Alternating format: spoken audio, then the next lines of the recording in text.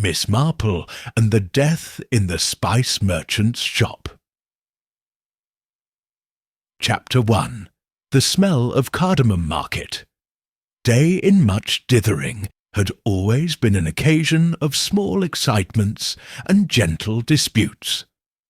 On Thursdays, the cobbled square came alive with the sound of wooden wheels and the chatter of aproned villagers gathering vegetables, knitting wool, and the occasional scandal. It was the kind of day when everyone saw everyone else, and everyone, in their own way, took notice. Miss Marple was among them, as she so often was. Standing just outside Cooper's bakery, she was examining a plump gooseberry tart, while surreptitiously watching Mrs. Fenwick speak rather too closely with young Constable Willis near the haberdashery stall. It was just as she turned back toward the row of shops that the door to the oriental chest burst open. The little bell above it gave a frantic jangle, followed by the voice of Edna Cribb, the grocer's wife, shrieking, "Oh, good Lord! Someone call the doctor!" A ripple passed through the market like the stir of wind before a storm. Heads turned, feet shuffled, and in a matter of seconds the crowd had shifted, drawing toward the narrow spice shop tucked between the cobbler's and the post office. A shop so unlike the rest of Sleepy Much Dithering that it had always seemed slightly out of place, like an exotic bookmark left between the pages of a farming almanac. Miss Marple did not rush. She never rushed. She simply stepped aside, took her cane in hand, and made her way through the growing cluster of townsfolk with quiet purpose. Inside the spice merchant's shop, the air was dense with the mingling aromas of turmeric, ginger, clove, and something darker, something earthy and metallic. It was a curious little place, always faintly theatrical, filled with carved wooden boxes, silver scoops, and glass jars of startlingly vivid powders. And at the far end, behind the counter, Mr. Ravi Patel lay crumpled on the floor. He was very clearly dead. Dr. Rowntree arrived 10 minutes later, summoned from his lunch at the Bell and Barrel. He was still wearing his napkin tucked into his collar when he entered and knelt beside the body. Dead at least an hour, he murmured grimly. No sign of trauma, no obvious injury. He leaned closer, sniffed slightly, and frowned. Something in the air. Is that nutmeg? It always smells like that in here, said Edna Cribb, still pale, her voice pitched slightly higher than usual. He sold spices, didn't he? The air's thick with it. Gives me a headache. Miss Marple, standing near the door, offered a quiet observation. Sometimes nutmeg can be toxic in large quantities, though I rather doubt Mr. Patel cooked himself into a coma. Dr. Rowntree raised an eyebrow at her, but said nothing. Constable Willis, eager to assert himself, cleared his throat. We'll need to secure the scene. No one touch anything. Mrs. Peabody, who ran the lending library and had pushed her way to the front, leaned in and whispered to no one in particular. Do you suppose it was murder? No, said Mr. Fellows, the butcher, with a shake of his head. Probably one of those foreign conditions. They say people from those parts are more delicate. Miss Marple said nothing, though the tip of her knitting needle, peeking from her handbag, gave a slight measured twitch. That evening, over a modest supper of poached haddock and new potatoes, Miss Marple reviewed the facts as they were presented by gossip and repetition. Ravi Patel had arrived in Much Dithering just under a year ago. He'd taken over the old print shop and converted it into the Oriental chest, offering saffron, cardamom, cinnamon sticks, dried peppers, and hand-ground garam masala. Some villagers adored him, especially the more culinary-minded wives like Mrs. Fenwick and the vicar's sister Agatha. Others were less comfortable with his presence. Mr. Fellows, in particular, had referred to him as a polite fellow, but odd, quiet, secretive. No family, no known friends outside the village, unmarried. He had brought, along with his shop, a steady stream of rumour. Where did his money come from? Why had he chosen here of all places? And why did he never attend the Harvest Festival? Miss Marple took a small sip of warm milk and closed her eyes briefly. There had been something unnatural about the stillness in the shop. Not just death, but interruption. Something half done. Mr. Patel had not collapsed while working. His pen was capped, his ledgers shut, and his apron neatly folded on a nearby stool. No spilled goods, no sign of distress. And yet his face, when Miss Marple had leaned ever so slightly closer, had worn an expression not of pain, but of recognition. He had seen something, or someone. And in that moment, Miss Marple had known something more than death had entered that spice shop, something with a grudge. And now it would be up to her to discover who, amidst the cumin and coriander, had brought death to much dithering. And why? Chapter 2. Gossip in the Tea Room. The day after the incident at the Oriental Chest, the air in much dithering remained curiously heavy, as though the spices from Mr. Patel's shop had drifted outward and settled into the village's lungs. The market stalls reopened, the church bell chimed dutifully at noon, and yet there was a strange hollowness to the village rhythm. It was the kind of tension that clung to conversation like a burr on tweed. By mid-morning, the only place busier than the police station was the Blue Wren Tea Room. Mrs. Price Ridley, Miss Hartnell, and young Daphne Pratt had positioned themselves strategically at the central table, from which they could observe both the counter and the front window. Miss Marple, after much polite insisting from the vicar's wife, joined them at the edge of the cluster, close enough to hear, but not enough to draw attention. The teacups clinked gently, and a plate of shortbread circled with only minor hesitation. "I never liked going in that shop," declared Mrs. Price Ridley, stirring her tea with unnecessary force. "All those scents, too strong. Not English, if you ask me. It always made my sinuses quite rebellious." "Well, I thought he was perfectly charming," said Miss Hartnell, "very polite, and terribly handsome in that quiet sort of way. Always had a smile, even when Mrs. Cribb tried to return half-used turmeric." "You know," Daphne said, lowering her voice, as though she were about to reveal a state secret, "I once saw him in the churchyard, alone, just standing there, not praying, just watching." Mrs. Price Ridley gave a meaningful nod. "Mark my words, there's always something odd about people who live alone at that age." Miss Marple, quietly stirring her own tea, interjected gently, "Living alone does not necessarily make one suspicious, dear. And I think perhaps we're leaping too quickly toward judgment." "But he died, Jane," said Miss Hartnell, patting Miss Marple's hand. "Right there in his shop. Don't you think that's strange?" Miss Marple tilted her head slightly. "I think death is always strange, even when it's expected. But yes, there are elements that trouble me." Daphne leaned forward. "Do you think it was murder?" Miss Marple smiled faintly.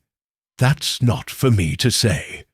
But I will say This, one doesn't fold one's apron and then conveniently drop dead between the cardamom and the coriander.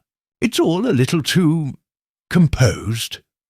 The ladies exchanged looks, and Mrs. Price Ridley muttered something into her saucer. "Besides," Miss Marple continued, "have any of you heard from Mrs. Fenwick this morning?" "Not since yesterday," said Miss Hartnell. "She was quite hysterical, I'm told." She was also the one who claimed she saw Mr. Patel speaking with someone just before he closed the shop. "A woman," she said. But now she seems not to remember it clearly. Daphne blinked. "Do you think she's hiding something?" "I think," said Miss Marple, "that sometimes people remember the truth only when it's convenient or dramatic." Later that afternoon, Miss Marple took her customary walk along the high street, her shawl tucked neatly over her shoulders, her steps unhurried. She passed the greengrocer, the watchmakers, and finally paused outside the spice shop once more. A constable stood inside, visible through the front window, but otherwise the shop looked unchanged. The sign above still read, "The Oriental Chest" in elegant painted script, and the little bell above the door gave a sad jingle each time it was nudged by the breeze. She didn't go in, not yet. Instead, she crossed the road and stopped at the post office, where Mrs. Hempel was busy rearranging the second-class stamp display. "Ah, Miss Marple," said Mrs. Hempel, looking up. "More correspondence?" "Not today," Miss Marple said with a smile. "Just curious, did Mr. Patel ever receive many parcels?" "Oh, yes," said Mrs. Hempel. "Regular as clockwork. Every Monday, a box from somewhere in London, tied up with that lovely string. Cinnamon shipments, I think. Or cloves. Smelled divine.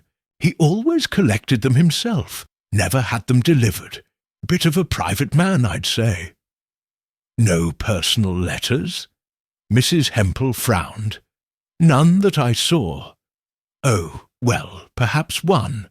From someone named A. Darcy. Arrived last month, I think. Foreign postmark. Might still be in the records. Why do you ask?" "Just a little curiosity. Thank you, my dear." Miss Marple left the post office with a quiet sense of confirmation. The name, Darcy, she'd heard before. It had been mentioned once in the tea-room by Mrs. Fenwick, who had been reading out a curious recipe for rosewater cake from a clipping Mr. Patel had shared. "From his friend Mr. Darcy, I believe," she'd said. Miss Marple remembered because it was one of the rare times Mr. Patel's life outside the village had been acknowledged, a friend abroad, a recipe shared, and a letter that may or may not have reached him before he died. That evening, she sat by her hearth, knitting in her lap, and the Gazette open on the table beside her. The coroner's initial report had been included. No. Chapter 3. The Woman in the Red Shawl. The next morning brought a curious shift in the weather and in the village's temperament. A sudden snap of cool air had crept into much dithering, curling its fingers around chimney pots and tugging scarves, more tightly around necks. The crispness of approaching autumn made people walk a little faster, speak a little lower, and keep their eyes a little more sharply peeled, particularly near the shuttered windows of the Oriental Chest. Miss Marple had begun her day as she always did, with a pot of strong Darjeeling and half a slice of toast spread with greengage preserve. But by the time the clock struck 10, she had her gloves on, her cane in hand, and a specific destination in mind, Fenwick's grocer's. The bell above the grocer's door gave its familiar chime as she stepped inside. Edna Fenwick looked up from behind the counter, her face pale but painted with forced cheerfulness. "Oh, Miss Marple," she said, voice a little too bright. "More barley flour? I've just had a new batch delivered." Miss Marple smiled gently. "Actually, I was rather hoping for a tin of ground cumin. I thought I might try that spiced lentil stew Mr. Patel once recommended to the vicar's wife. Nay, dear," hesitated. "Oh, well, I don't carry much of that sort of thing. Not like Ravi, I mean Mr. Patel did." "You must miss him," said Miss Marple, selecting a packet of lentils and inspecting it casually. Edna's hands fumbled with a paper bag. "Yes, of course, a terrible shock. He was, well, always very kind, polite." Miss Marple folded her hands neatly over the counter. "Mrs. Fenwick, I wonder if you remember something. You mentioned to Mrs. Price Ridley, perhaps without thinking, that you'd seen a woman entering the spice shop the morning Mr. Patel died." Edna looked up sharply. "Did I? Oh, well, maybe. It's hard to say now." "Of course," Miss Marple said gently. "But I do believe memory can be encouraged, like coaxing a stubborn fire." "Was she someone from the village?" "No, definitely not," Edna said too quickly, then caught herself. "I mean, I don't think so. She didn't look like anyone I recognized, tallish, dressed in a red shawl, dark hair pulled back." "And when was this?" Edna licked her lips. "Just before 10. I'd gone to post the milk check. She passed me on the corner." Miss Marple inclined her head. "Thank you, my dear. You've been very helpful." Outside the air had grown sharper. Miss Marple walked slowly toward the green, where Constable Willis stood by his bicycle, attempting to look both occupied and important. "Constable," Miss Marple said, "has anyone inquired after the visitor in the red shawl?" He blinked. What visitor?" "The one who entered the Oriental chest shortly before Mr. Patel was found dead. She has not been identified. That seems rather important, don't you think?" Willis flushed. "We hadn't received a formal statement, just bits of chatter." "Well, perhaps it's time for a bit of action. I'd suggest you speak again to Mrs. Fenwick, and do check the guest ledgers at the Bell and Barrel. If she came from out of town, she may have stayed overnight." "I will," Willis said, then added, "Do you really think this woman did something?" "I think," Miss Marple said, "that Mr. Patel's death was not expected, not by him, and not by her. But what followed may not have been accidental at all. By mid-afternoon, a breakthrough arrived. Not from the constable, but from Mary Dipple, the landlord's niece who worked part-time at the Bell and Barrel. She appeared at Miss Marple's gate, breathless with the self-importance of someone who'd discovered something far weightier than a misplaced tab. "I've seen her," Mary said, without preamble. "The woman in the red shawl. She stayed the night, Tuesday to Wednesday. Asked for a room with a window facing east. Paid in cash. Signed the book as Anna Darcy." Miss Marple's expression didn't change, but her pulse quickened. "Darcy?" she repeated. "Yes, that fits. Thank you, Mary. Did she speak to anyone? Seem nervous? Anxious?" Mary frowned.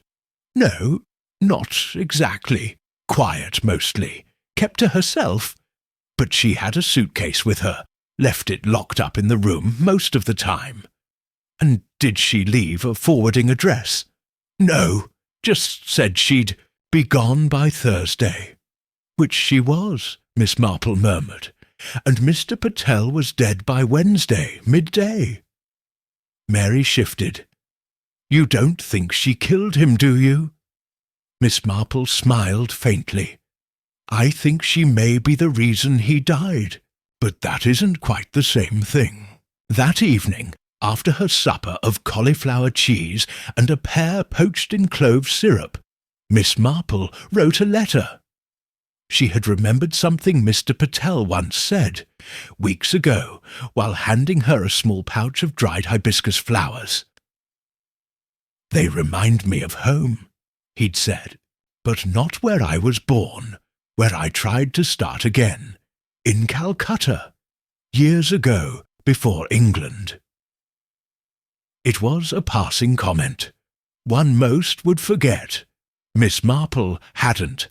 Now she wrote to an acquaintance, Miss Sophia Merton, who taught English, literature at a missionary college in India, and had, over the years, proven remarkably helpful in tracing unusual names and former residents. The letter was precise, its questions delicately phrased. She asked about the name Anna Darzi, about any record of Ravi Patel under previous aliases, about any legal disputes, and most importantly, about any shared history between the two. She sealed the letter, affixed the necessary international postage, and slipped it into her handbag to post in the morning. As she settled into her armchair, the fire crackling softly, she allowed her thoughts to drift.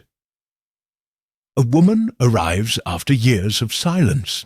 A man dies not long after.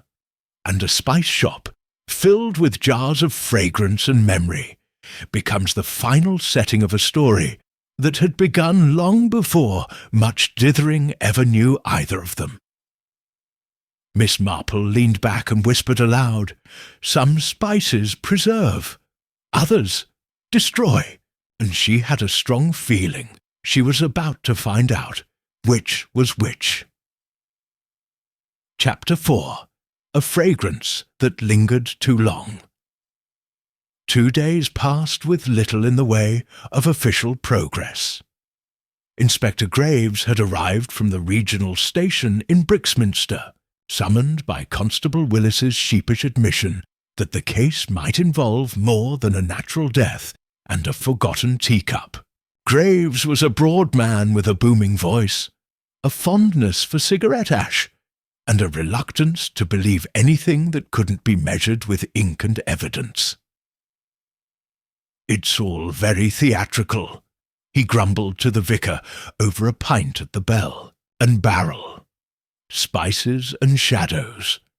But death's rarely that romantic. More often, it's the result of poor diet and bad plumbing." Miss Marple, of course, did not contradict him. She simply returned to her garden with a fresh packet of seeds and tended her zinnias. But she did notice that Inspector Graves hadn't spoken to Edna Fenwick. Nor had he retrieved the guest ledger from the inn. Nor, crucially, had he asked what Mr. Patel had eaten the morning he died.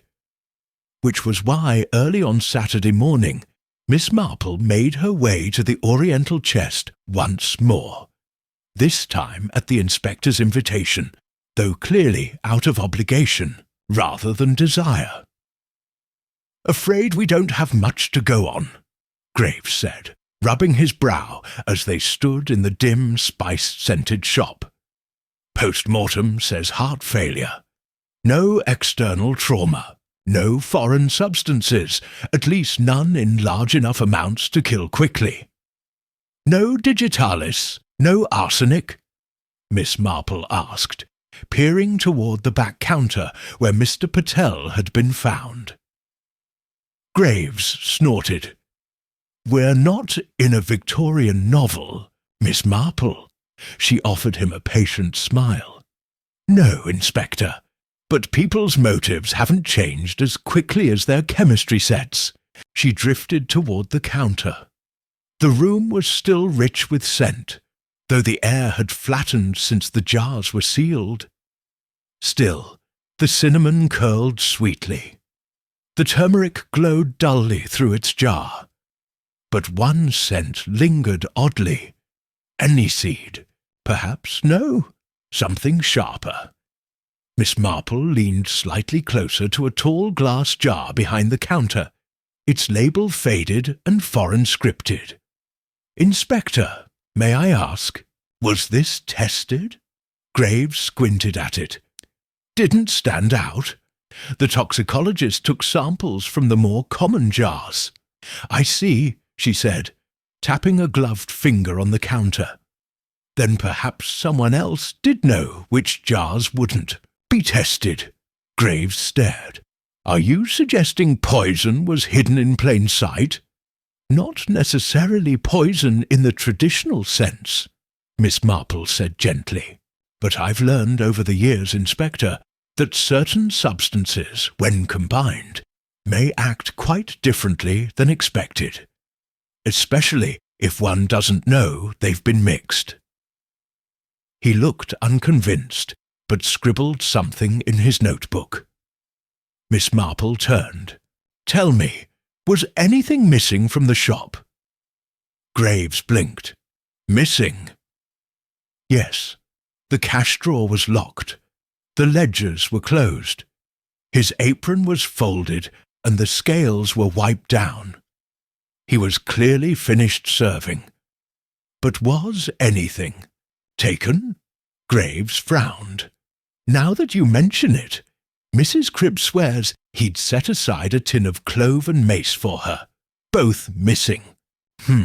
Miss Marple murmured. "Clove and mace." Graves straightened. "Seasonings, aren't they?" "They are. And also mild anesthetics. Used historically to dull pain, but in excess or in combination, they can lower blood pressure significantly, especially in someone with a pre-existing heart condition."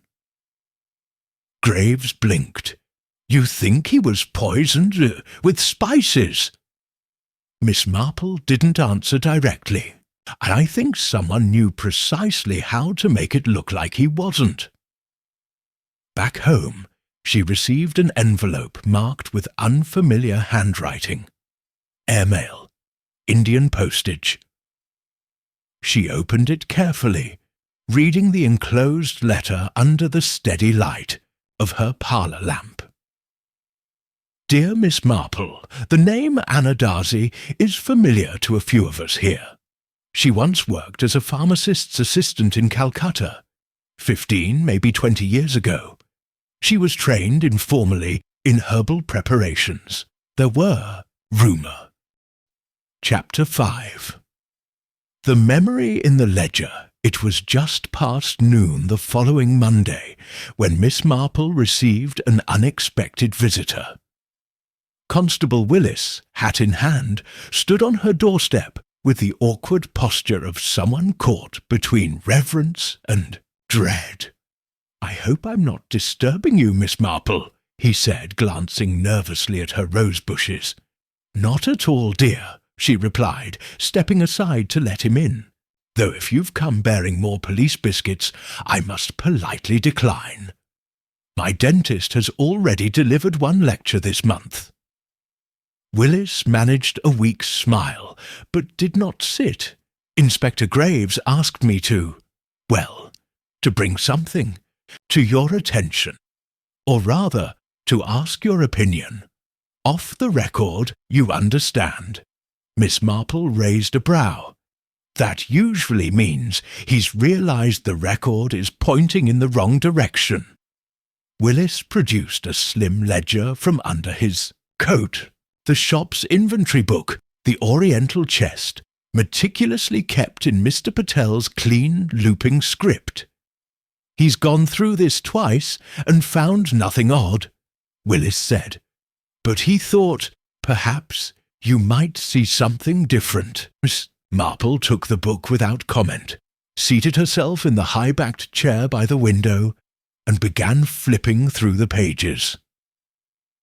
The entries were precise and routine. Cardamom pods, 5 tins, turmeric root, or 3 cules, tamarind paste, star anise, saffron, always carefully dated, with purchase prices and notes in the margin. Then she paused. On a page dated 3 days before Mr. Patel's death, an entry had been blotted and rewritten. Received, want in, clove and mace blend, A. Darcy, personal. It had been crossed out. Below it, in slightly darker ink, was a nearly identical entry. Received one tin, Miscon blend, label missing. Miss Marple closed the book slowly. "I believe your inspector missed the most telling thing in the entire ledger," she said. Willis leaned in. "What is it?" He read the words. He didn't read the erasures. By tea-time, Miss Marple had made her way to the village library. She found young Daphne Pratt, seated behind the desk, with a stack of local magazines and a pencil between her teeth. "Daphne, dear," Miss Marple said softly, "I wonder if you could help me with something small." Daphne brightened. "Of course, Miss Marple. I'm looking for the village council minutes. 3 months ago, there was a minor dispute, I believe, over a proposed guest lecture at the town hall. Do you remember?" Daphne flipped through the index with surprising speed. "Yes, here it is. Proposed event. Medicinal uses of traditional spices. Rejected by majority vote. Too niched, apparently. Sponsored by O.A.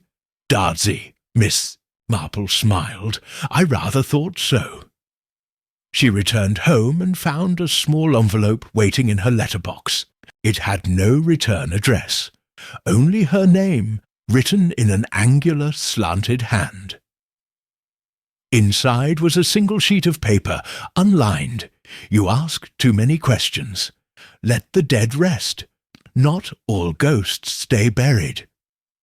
A friend, Miss Marple, read the note once, then folded it neatly in half and placed it beside her teapot.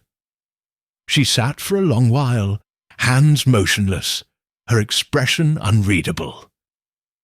And finally she whispered, "So she's still here." That evening Miss Marple visited the Bell and Barrel. It was not her usual haunt, but she had reason to believe Anna Darcy had not gone far. Some instincts were old, and some were instinct because they were old. A woman does not travel to the middle of England, kill a man, and vanish without trace unless she has somewhere to wait. She greeted Mary Dipple with a warm nod. "Just a lemonade, dear, and a few minutes by the fire." Mary hesitated, then leaned closer. "Miss Marple, someone's staying in room 3 again. A woman, quiet, keeps the curtain drawn." "When did she arrive?" 2 nights ago, paid in cash." Miss Marple sipped her lemonade. "May I see the register?" Mary blinked, then nodded. The name was Angela Darwin, but the handwriting, angled, thin, nervous, was unmistakable. Anna Darcy had never left. She had waited to see what would happen, whether suspicion would fall elsewhere, whether Mr. Patel's death would remain a curiosity or become a case. Miss Marple returned to her cottage without alerting the inspector. Instead, she made herself a light supper and wrote 2 short letters. One to Inspector Graves, asking him to meet her the following morning at the inn. The second she slipped into her handbag, folded and sealed but not addressed. At 10 the next morning, Inspector Graves stood with his hands in his coat pockets outside the Bell and Barrel, looking every bit like a man who resented being summoned without fanfare. "She's in room 3, Miss Marple said quietly. "She registered under another name. She's been waiting, watching." "And you're certain it's her?" I'm certain of the handwriting and the fear." Graves exhaled. "You think she poisoned him?" "I think she gave him something, knowing what it could do. Perhaps as a gesture, perhaps not expecting it to kill. But it did." He nodded slowly, then gestured to the constable waiting nearby. They knocked. There was no answer. The door was locked, but when it was finally opened by the innkeeper with a master key, they found the room empty, except for a scarf draped across, the chair, and a single spice tin on the windowsill. Miss Marple picked it up carefully. It was unlabelled. Graves opened it. Inside was a fine powder, pale orange, and beneath the tin, one folded note. He read it aloud. He asked me to come. He said he was sorry. I believed him. I gave him what we used to blend together. He smiled when he tasted it. I never meant for it to be goodbye. Miss Marple stared out the window. She didn't run, she said softly. She left what mattered, her confession, her grief. Graves looked down at the note, then at the spice tin in his hand. "She'll be hard to find now," he muttered. Miss Marple shook her head. "I suspect she doesn't wish to be found, and perhaps that is punishment enough." She turned from the window. "But the truth," she added, "has finally come in from the cold, and the scent of clove, faint and bittersweet, lingered in the air long after they left." Chapter 6. The Scent That Wouldn't Wash Away. The days following Anna Darcy's quiet disappearance passed with deceptive calm in much dithering. The skies had turned an unbroken grey, the kind of dull weather that made the cobbled streets glisten faintly and the chimneys puff like sighs. Life, it seemed, was returning to its habitual rhythms. And yet, as Miss Marple knew all too well, the true aftermath of murder, or its quieter cousins, betrayal and guilt, rarely settled as neatly as the village lanes. At the oriental chest, the door remained locked. The curtains, now dusted with the first touch of autumn mildew, hung still. Inspector Graves had posted a modest "Premises under investigation" sign in the front window, though the investigation, by all visible appearances, had tapered off. Constable Willis, when asked, reported that the search for Anna Darcy had been formally suspended. "No known relatives," he said to Miss Marple outside the church. "No fixed address. Passport was likely forged.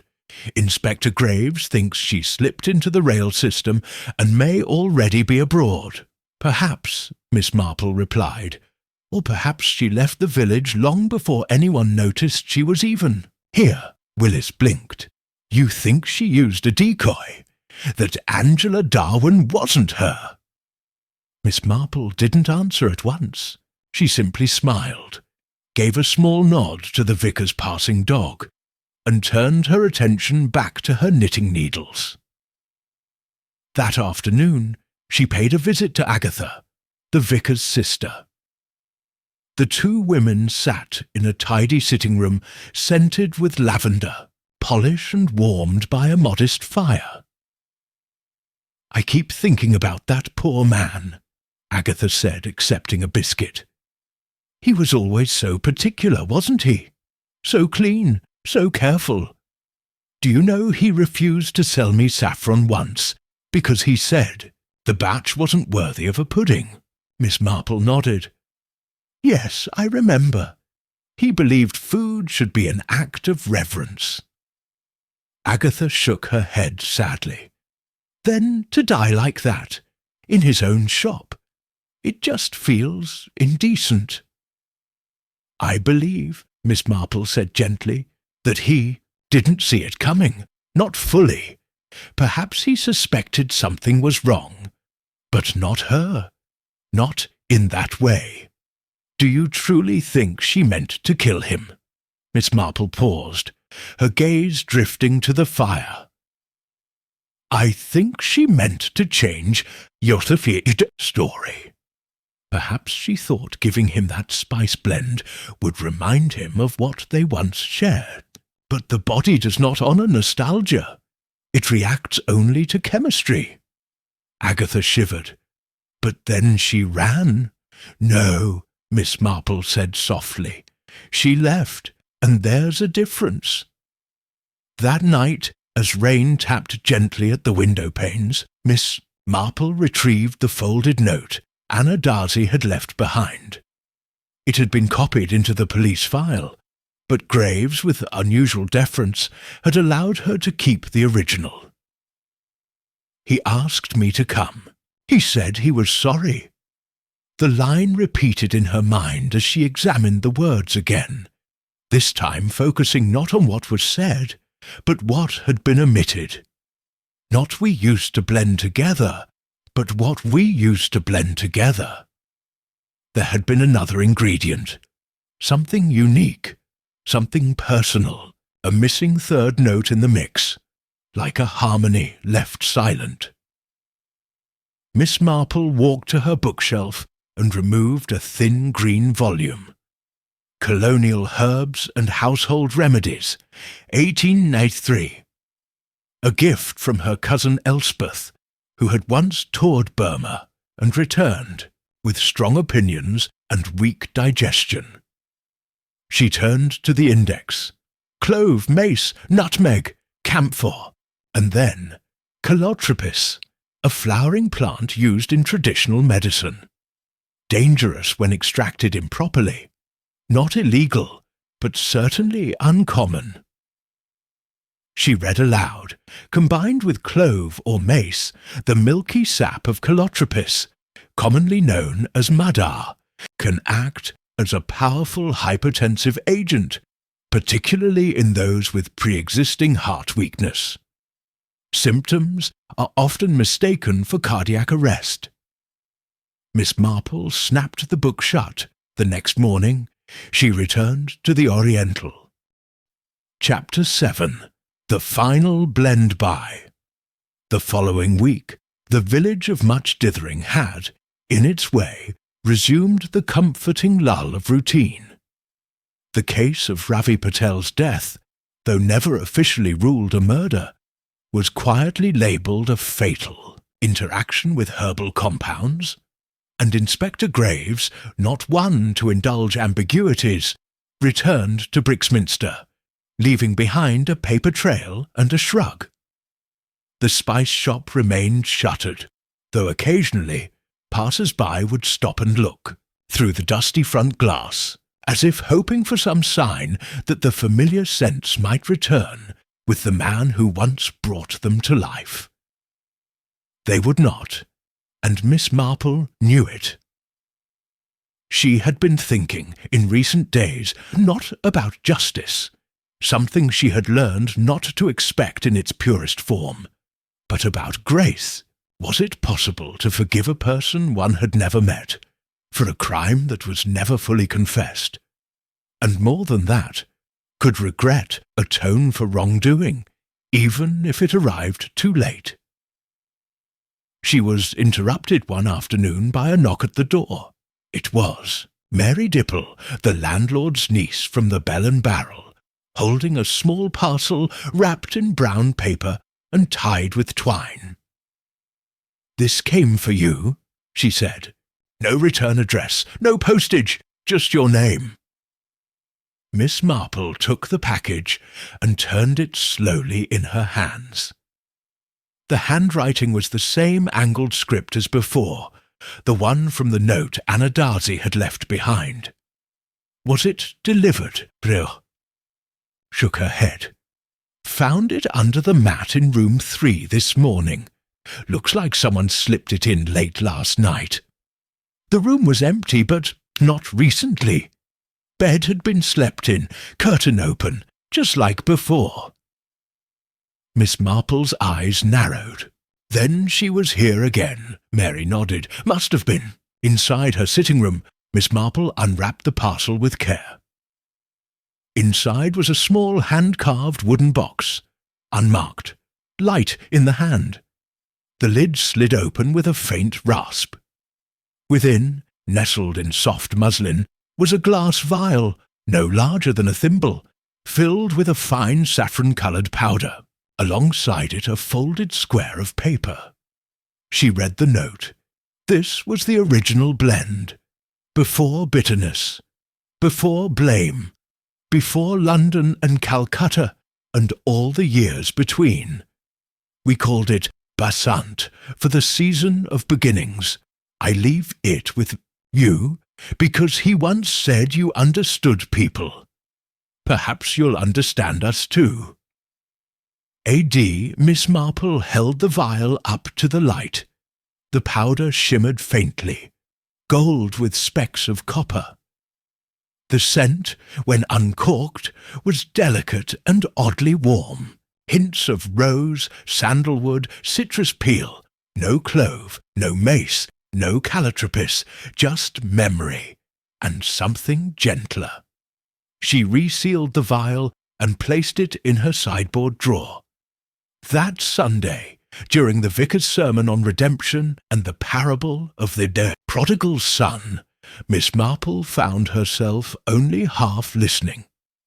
Her mind returned again to Anna Darcy, to the bitter blend, the erased ledger entry, the erased person, and to Ravi Patel, who had tried, perhaps too late, to bring her back into his life. And yet, despite it all, the story had not ended in vengeance. It had ended in something much quieter, a blend left behind, a note tucked beneath a window, a whisper of remorse folded into spice.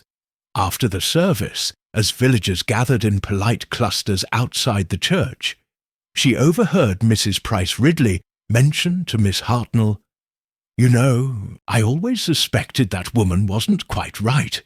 Never smiled properly. Always looked like she was hiding something." "She wasn't hiding anything," Miss Marple said quietly, stepping forward. She was remembering something she once gave up, and perhaps trying to give it back. Mrs. Price Ridley looked startled. "You mean the poisoner?" Miss Marple offered a faint smile. "The human being." The next morning, Miss Marple sent a short letter to Miss Sophia Merton in Calcutta. "Dear Sophia, thank you again for your insight. The matter has been, if not resolved, then understood, which is often the better outcome in these cases. I've received something that belonged to both parties. A gift, a memory. It's not evidence, and it's not a confession. But it is enough. If anyone in your circle ever hears of a Miss Darcy again, do tell her she is not forgotten, nor condemned, but remembered, like all those who were loved once and hurt once and tried, however imperfectly, to make peace. Warmly, Jane. Marple. Later that evening, with the windows open to the cool autumn breeze, Miss Marple brewed herself a cup of chamomile tea and reached for the vial. She took the tiniest pinch of the blend and dropped it into the steaming water. The scent unfurled slowly, like petals opening under morning sun. A blend of longing and warmth and something almost innocent. She did not drink it. She only held it and inhaled.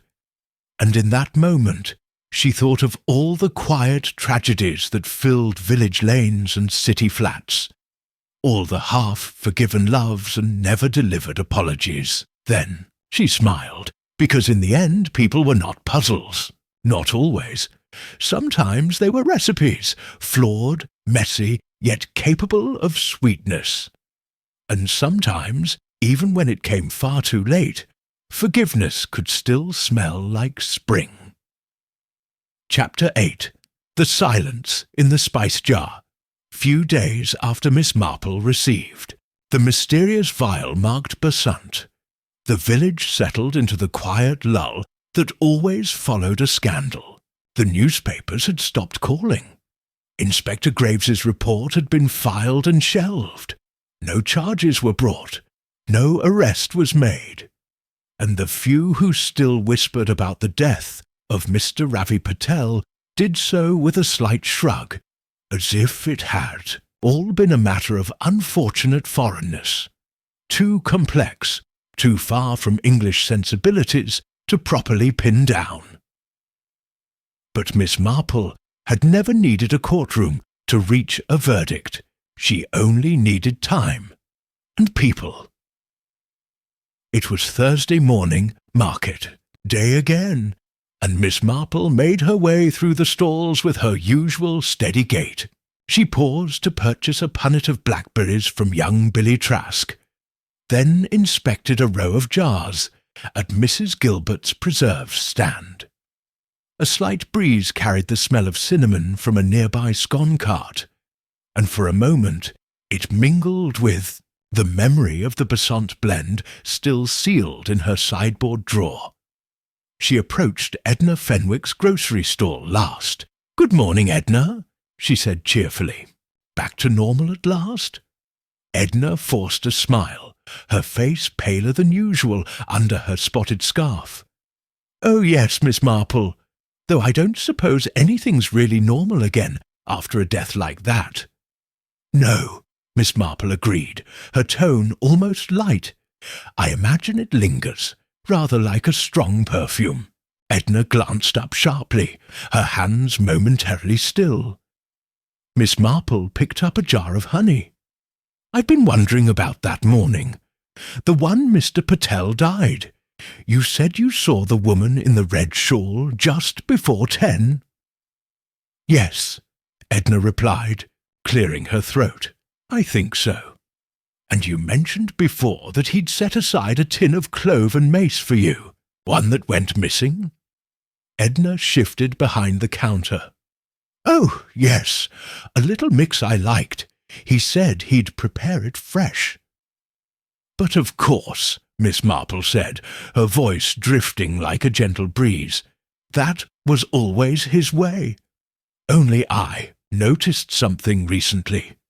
In the ledger, your name never appears." Edna froze. Miss Marple placed the honey jar down carefully.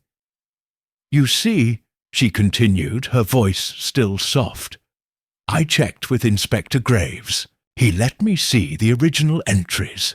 There was no mention of a clove and mace blend for Edna Fenwick. But there was an erased line, something marked personal with the initials AD. I don't remember," Miss Marple nodded slowly. "Yes, that's what I find so interesting. You don't remember very much. You said you saw the visitor enter the shop. You said you asked for a special order, but there's no evidence of either. And I rather think, dear, that you were in the shop that morning, but not to buy anything." Edna gripped the counter now. "Miss Marple, I think you saw Anna Darcy arrive. Perhaps you watched her go inside, or perhaps you went in after she'd left. And I think you saw Mr. Patel collapsed on the floor, already gone." Edna's eyes were glassy. Her mouth worked to form a denial, but could not find one. Miss Marple leaned in slightly. "You didn't mean to be involved. You were frightened. You picked up the wrong tin. Maybe you were curious. Maybe you thought no one would miss it. And when the police began asking questions, you offered just enough of the truth to hide what you knew." "I didn't kill him," Edna whispered. "I swear. I didn't even speak to him that morning. But I did go in. I saw him on the floor. I panicked. You took the tin?" Yes, I took it. I thought if there was something wrong in it, something that caused it, then maybe I'd be blamed. I was scared." Miss Marple said nothing for a moment. "Where is it now?" Edna hesitated, then with trembling hands reached beneath the stall and pulled out a paper parcel bound tightly with twine. She handed it over wordlessly. Miss Marple nodded. "You did a foolish thing. But I believe you were only foolish, not cruel." Edna clutched her apron. "What happens now?" "That depends," Miss Marple said. "If there's any justice left in the world, nothing. But that tin must be tested, and it must be known that you came forward." "I'm sorry," Edna whispered. "So am I," Miss Marple replied, with quiet gravity. "But sorrow, like spice, must be used carefully. Too much of it, and it overwhelms the dish." By mid-afternoon, the tin had been delivered to Constable Willis, who, with shaking hands and tight lips, logged it into evidence and sent it away for analysis. The powder inside it matched the faint traces found on Ravi Patel's fingertips. This was the blend. This was what he had tasted before he fell. That evening, Miss Marple sat with a blank page in front of her, an untouched teacup at her side, and the red and gold vial of Bassant on the table. She had once said that the truth always comes out in the end, but this time it had arrived not in a dramatic revelati. Chapter 9. The Quiet Between Words. The tin was gone now, on its way to a regional laboratory for analysis, and with it much of the weight Edna Fenwick had carried for days. Yet, in much dithering, the weight did not vanish so easily. It merely shifted, lodging itself in side glances, unsaid apologies, and the hum of something unresolved, like the final note of a melody left suspended in air. Miss Marple, for her part, felt the nearness of truth pressing ever more closely. But still, something sat askew, not the facts, the feeling of it all, like a story told out of order. She found herself walking more than usual that morning, down narrow lanes bordered by moss-covered walls, and through the churchyard where ivy crept over names long faded. Her thoughts moved in quiet loops, returning, again and again, to Anadarzi and the blend called Bassant. Why bring it back? Why leave it with her? The answer, Miss Marple suspected, was tied not to guilt or evasion, but to memory. The true crime here had not been plotted but relived, and that made it more dangerous still. She stopped by the vicarage for a cup of tea, where Agatha, ever observant, noted, "You've gone rather serious these last few days, Jane. The matter with poor Mr. Patel still hanging on you?" Miss Marple nodded absently. "It's like a half-finished tapestry. You see the patterns forming, but something vital has yet to be stitched in." Agatha poured tea into 2 blue-rimmed cups. "Was it the woman, do you think?" "Anadarzi." "Believe so, but I also believe she did not intend for it to end that way. Ravi Patel invited her back into his life, perhaps seeking to restore a broken bond. She brought the blend they once created, not out of vengeance, but as a symbol." "A symbol that killed him?" Miss Marple sighed. "Perhaps unintentionally, or perhaps he already knew it would. The truth is, Ravi Patel had a weak heart, according to Dr. Dearly, and that combination of spices, when taken in a certain form, can accelerate a fatal arrhythmia." Agatha frowned. "Then why invite her at all?" "That," Miss Marple murmured, "is the question. Later that afternoon, Miss Marple visited Dr. Dearly. The elderly physician, now semi-retired and often seen puttering in his greenhouse, welcomed her with a puzzled look. "Ah, Miss Marple, not feeling unwell, I hope?" "No, thank you. I was wondering if I might impose upon your memory." He gestured toward a pair of wooden garden chairs. "Impose away." Miss Marple sat. "Ravi Patel, when you treated him, did you ever discuss his condition?" "Of course," Dr. Dearly said. "He knew his heart was delicate. High blood pressure, intermittent arrhythmia. I advised medication, but he preferred his own remedies. Herbal infusions, controlled diet, rather stubborn, truth be told." "Did he seem at peace?" "Toward the end." Dr. Dearly paused. "Now, you mention it. Yes, oddly so. I stopped by for a routine check just 2 days before he died. Found him sorting through a box of letters.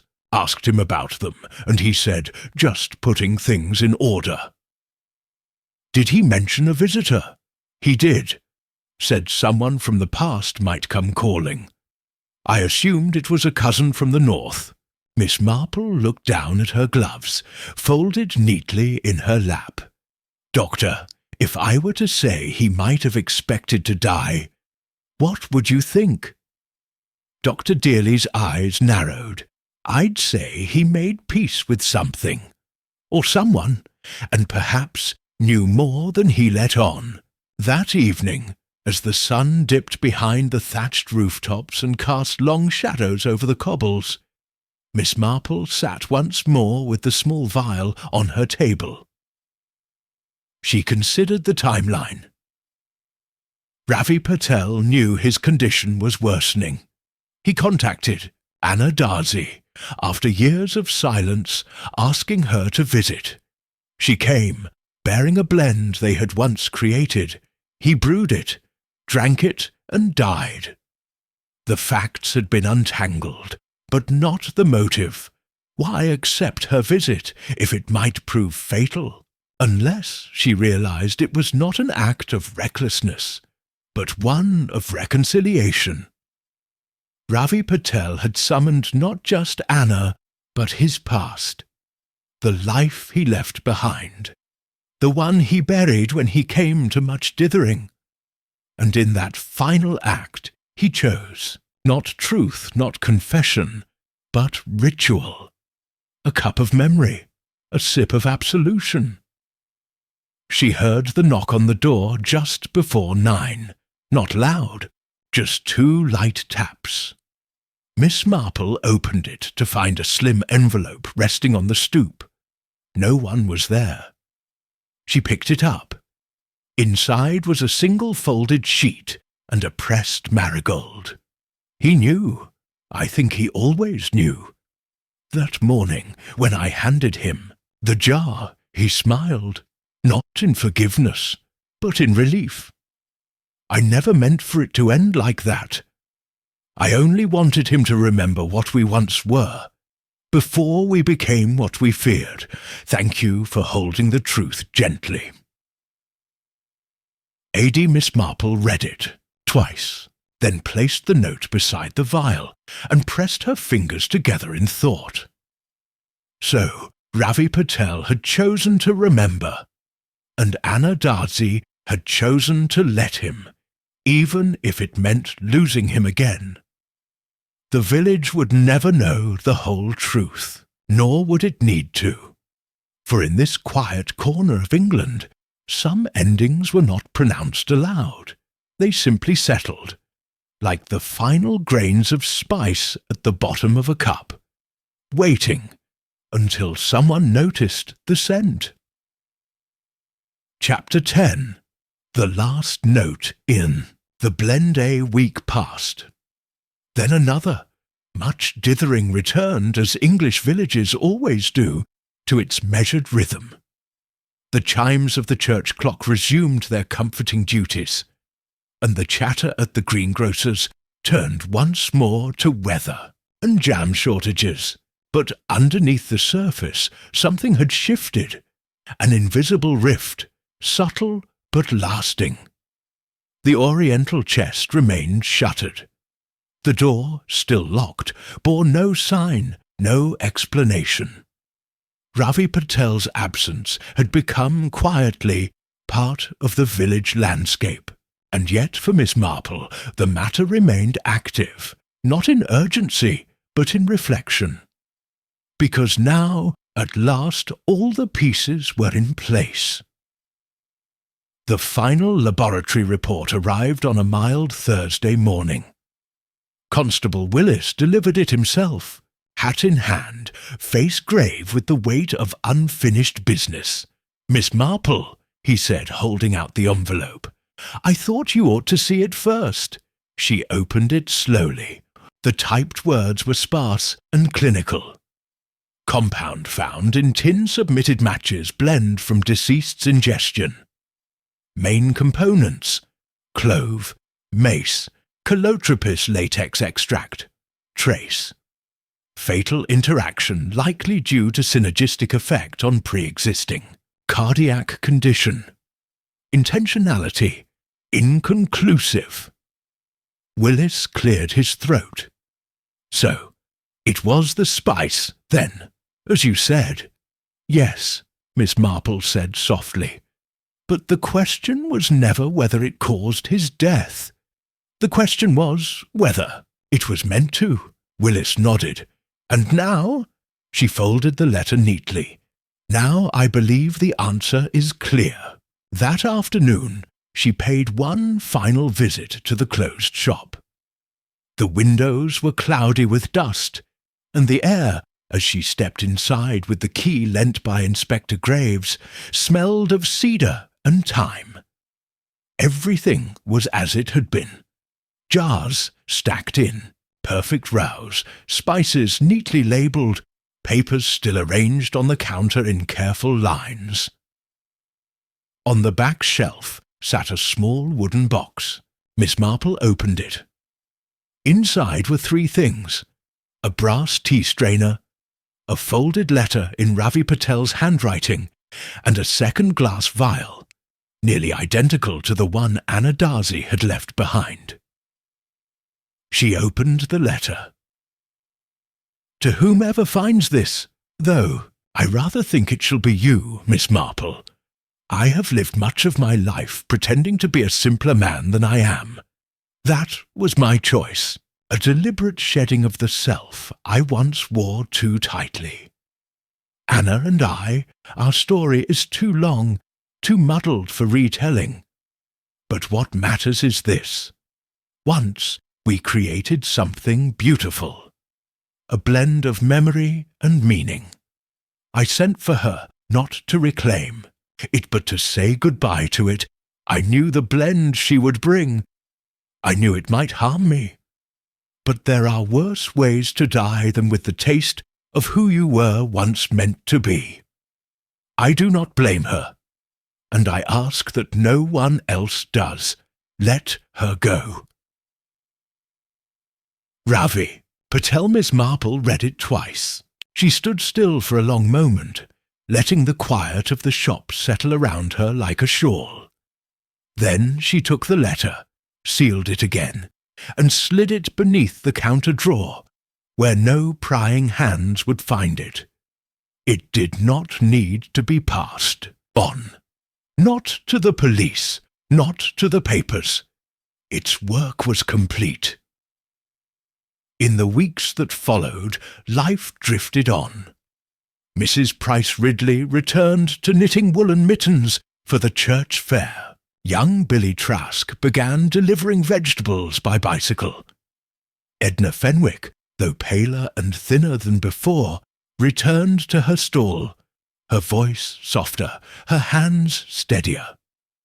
No one spoke of Anna Darcy again, but Miss Marple thought of her often, of the marigold left in the envelope, of the careful blend that held both memory and mercy, of the woman who came and left and asked for nothing but understanding. One evening, Sitting in her parlour as twilight folded over St. Mary Mead, Miss Marple penned a final note to Miss Sophia Merton in Calcutta. "My dear Sophia, thank you for your guidance. The matter has concluded not with punishment, but with grace. Mr. Patel made a choice, one rooted not in anger, but in a kind of sad poetry. And the woman he summoned brought, with her not vengeance, but the truth. I have kept the blend she left me. I do not drink it. I only open it now and then to remember what it means to carry something fragrant and flawed and human. Some crimes do not end in trials. They end in forgiveness, or at least in the quiet hope of it. Yours affectionately, Jane Marple, the next." Morning, Miss Marple sat in her garden among the roses, a cup of plain tea in her hand and the small vial of Besant beside her. She uncorked it briefly, letting the scent drift upward. Citrus, sandalwood, something ancient and warm. Then she corked it again, and for the first time in days she allowed herself a smile. Not all mysteries needed solving. Some simply needed understanding, and that, Miss Marple knew better than anyone, was the rarest